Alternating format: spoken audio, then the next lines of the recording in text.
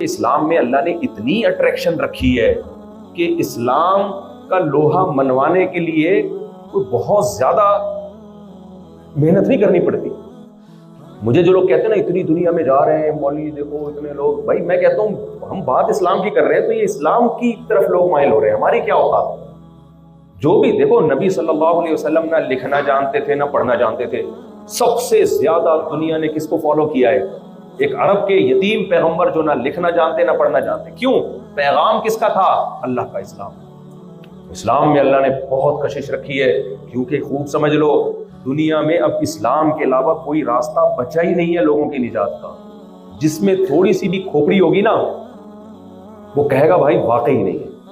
اور جتنا بھی غیر مسلم اسلام سے دور ہو جائے نا، اگر آپ اس کو تھوڑا سا اسلام کا اچھے طریقے سے تعارف کروا دو، خود اسلام پہ آئے یا نہ آئے اپنے بچوں کے لیے اسلام پسند کرے گا، کیونکہ اس کو پتا ہے کہ میرا بڑھاپا اسلام پہ چلنے میں محفوظ ہے. اسلام میں نے اپنے بچوں کو نہیں سکھایا تو میرا بڑھاپا اولڈ ہاؤس میں گزرے گا، گھر میں. بولو، کیونکہ یہ تو صرف اسلام بتاتا ہے کہ بوڑھے ماں باپ کے قدموں میں اللہ نے جنت رکھی ہے.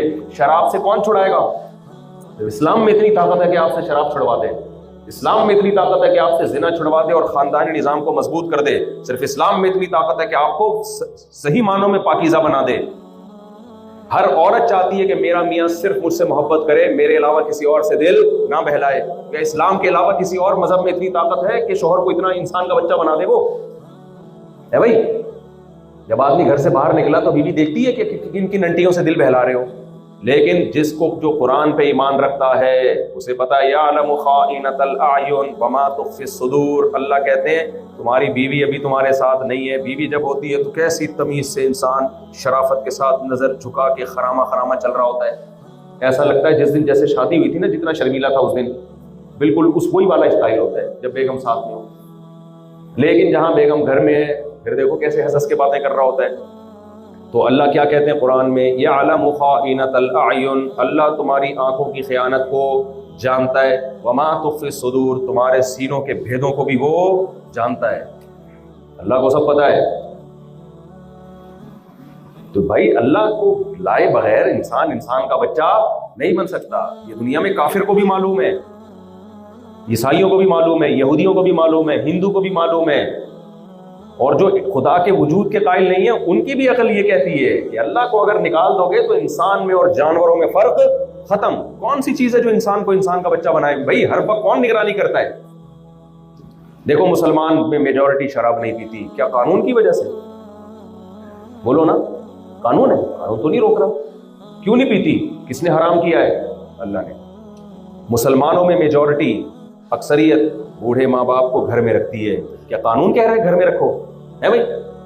بولتے کیوں نہیں بھائی؟ قانون تھوڑی کہہ رہا ہے، قانون تو کہہ رہا ہے یہاں رکھو وہاں رکھو. کیوں رکھتے ہیں بھائی؟ اللہ کو کیا جواب دیں گے یار؟ جس ماں نے پالا، جس باپ نے پالا، خدا کو کیا جواب دیں گے؟ مسلمانوں میں میجورٹی زنا سے بچتی ہے، بیوی سے وفا کرتی ہے، کیا قانون یہ کہہ رہا ہے بھائی؟ بھائی کس کا خوف ہے؟ اللہ کا. آپ ڈاکٹروں کے پاس جاتے ہو، ڈاکٹر آپ سے کہتے ہیں کہ انٹرمیڈیٹ فاسٹنگ، آپ صرف ناشتہ چھوڑ دو. کتنے لوگ ہیں چھوڑ دیں؟ نہیں چھوڑا جاتا بھائی. میجورٹی ڈاکٹر کے کہنے کے باوجود بھی پراٹھے نہیں چھوڑے، مینیج نہیں چھوڑے جا رہے. ساری دنیا کہتی ہے پراٹھے غلط ہیں، مجھے بھی پتہ ہے غلط ہیں، نہیں چھوڑے جا رہے بھائی ہم سے. اللہ کہتے تو شاید ہم چھوڑ دیں. اللہ نے کہا نہیں اب تک. اللہ کی بات میں نا وزن ہوتا ہے. اگر انسان نہ بھی عمل کرے اس کو جرم کا احساس ہوتا ہے، بھائی میں غلط کر رہا ہوں. لیکن ڈاکٹر کہتے ہیں یہ چھوڑ دو، وہ چھوڑ دو، یہ کر دو، وہ کر دو. خود سٹے لگا رہا ہوتا ہے ڈاکٹر، خود سگریٹ پی رہا ہوتا ہے، ساری دنیا کو کہہ رہا ہوتا ہے سگریٹ مت پیو، خود پی رہا. اس سے پتہ چلتا ہے جاندار موٹیویشن، جاندار حوصلہ افزائی وہ مذہب کے علاوہ کسی کے پاس نہیں. یہی جب رمضان کا چاند دکھتا ہے، پراٹھے تو دور کی بات، بریانیاں، نہاریاں، کباب، برگر سب چھوڑ دیتے ہیں ہم. نسوار، پان، گٹکا بھی چھوڑ دیتے ہیں، سگریٹ بھی چھوڑ دیتے ہیں. صبح صادق سے لے کے کیسے غروب آفتاب تک صبر کرتے ہیں. اگر ملک کی قانون ہوتا کہ سب نے ایک مہینہ کچھ نہیں کھانا پینا، لوگ فالو کر لیتے اس قانون کو، احتجاج کرتی، ساری دنیا نکل آتی بھائی حمزہ نہیں چلا جا رہا. اور اگر حکومت سب سزائیں دے دیتی پھر بھی چھپ چھپ کے پی رہے ہوتے پانی. واش روم میں جاتے وہاں نلکے سے پانی پیتے، نہانے جاتے ادھر پانی پیتے. بھائی گورنمنٹ کہاں دیکھ رہی ہے؟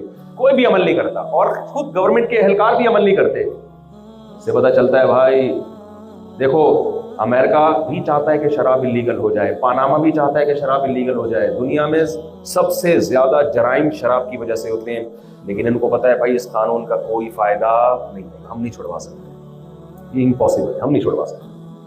لیکن عرب کے بدو جو شراب میں دھت رہتے تھے, اور ان کی شرابیں ایسی نہیں ہوتی تھی, انگور اور کھجور کی شراب ہوتی تھی جس کو اوریجنل شراب کہتے ہیں, بہت خطرناک ہوتی ہے انگور کھجور کی. ایسا لوگ پینا شروع کر دیں, آپ لوگ کہہ کے ہمیں تو ٹرائی کرتے, وہ والی ہم تو چقندر کی پی رہے تھے, اب ہم دیکھتے ہیں ٹرائی کر کے ڈر بھی لگتا ہے. تو اتنی خطرناک شراب ہوتی تھی عربوں کی, اتنی خطرناک شراب میجورٹی پیتی تھی. ایک آیت نازل ہوئی ہے قرآن کی, انما الخمر والمیسر والانصاب والازلام رجس, اے ایمان والو یہ شراب کا پلید فاجتنبوہ چھوڑ دو.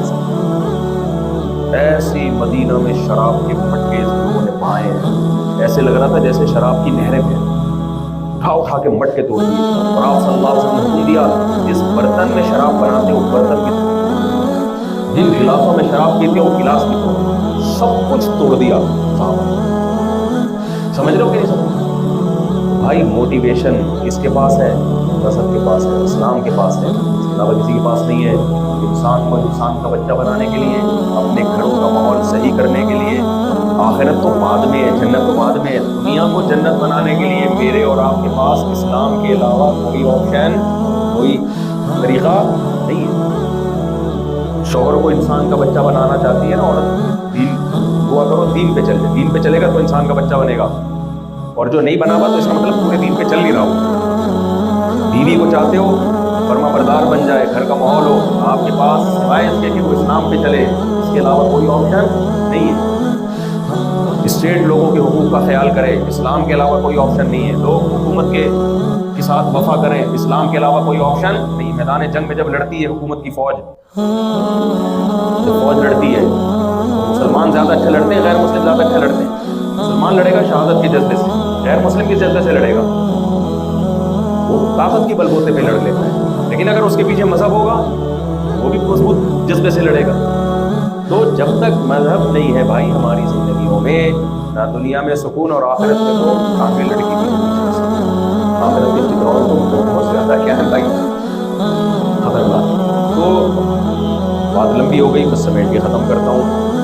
یہاں پر خلاصہ یہی نکلا بھائی, دو چیزوں پہ توجہ دو, اپنے تزکیے پہ بھی, تزکیے کے لیے تبلیغ میں وقت لگاؤ, بزرگوں کی صحبت میں جا کے بیٹھو تاکہ اندر سے بھی ٹھیک ہو جاؤ, اور باہر سے علم آنے سے عمل ٹھیک نہیں ہوتا. عمل ٹھیک کرنے کے لیے اہل اللہ کی صحبت کا اٹھانا, یہ تو اللہ کے صحابہ نے نبی کی صحبت اٹھائی, تابعین نے صحابہ کی صحبت اٹھائی, اس کے لیے تو رگڑے لگانے پڑیں گے, اپنی خواہشات کو قربان کرنا پڑے گا, اہل اللہ کی صحبت میں بیٹھنا پڑے گا.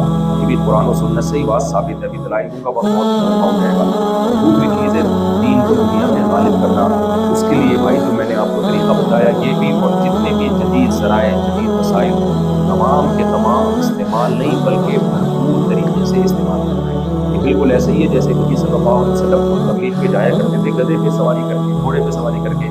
آج ہم جہاز پہ جاتے ہیں یا گدھے گھوڑے پہ جاتے ہیں؟ پاکستان میں اکثر جماعتیں آتی ہیں کینیا ساؤتھ افریقہ جانے کے لیے, جہاز سے آتی ہے اور جہاز ہی سے جاتی ہے. اب کوئی کہہ نہیں کہ نبی تو گدھے کی سواری پہ گئے تھے, تو آپ بھی گدھے پہ جائیں, پہنچ جائیں گے, نہ گدھا پہنچے گا نہ آپ. وہ بھی ایک تو جدید ذریعہ ہے. اسی طرح آج الیکٹرانک میڈیا ایک جدید ذریعہ ہے. تو اس طرح کے تمام وسائل اور ذرائع کو استعمال کریں, دعوت کریں, اور مسجدوں سے جڑیں. مسجد سے جڑنے سے بہت زبردست تزکیہ ہوتا ہے, انسان ماحول ہوتا ہے. اللہ تعالیٰ ہم سب کو سمجھنے کی, عمل کی توفیق عطا فرمائے.